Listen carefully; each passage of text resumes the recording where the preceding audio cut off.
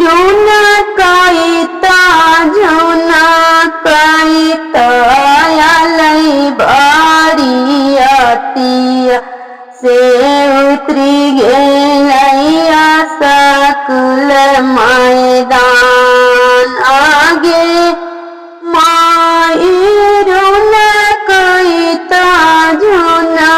कायता आलई बारियातिया से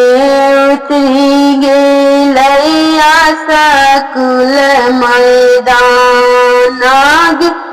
ए माई जल्दी जल्दी आजी पापा तैयारी प्यासे लुटी ले तुली नाग्रत रगे माई जल्दी जल्दी आजी पापा तैयारी या से लूटी ले तुली नाग्रत हारगी माई बाहरी में लुट तुन जी पापा खेत खरिया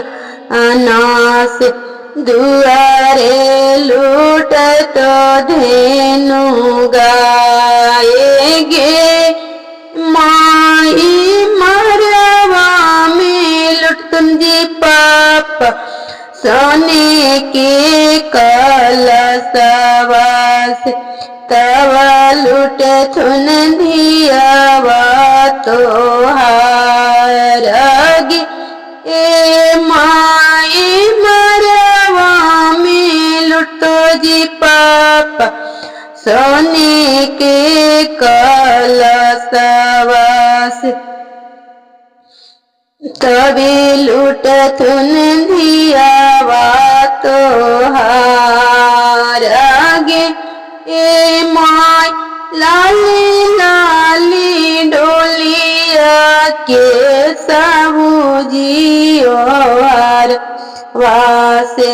लगल हई बाती शोक हारगे माई बेटी के विदा करी रवे बेटी के मामी कोखिया में उठेला ढंडिकाला गे माई रोई रोई बोला थी ना बेटी के पापा से सुनो धानी बचना हमारे बेटी के विदा कैली पुतहु के लैब से घर आंगन होए तो जोरगे माई से बेटी के विदा कैली पुतहु के लैबो से घर आग होए तो जोर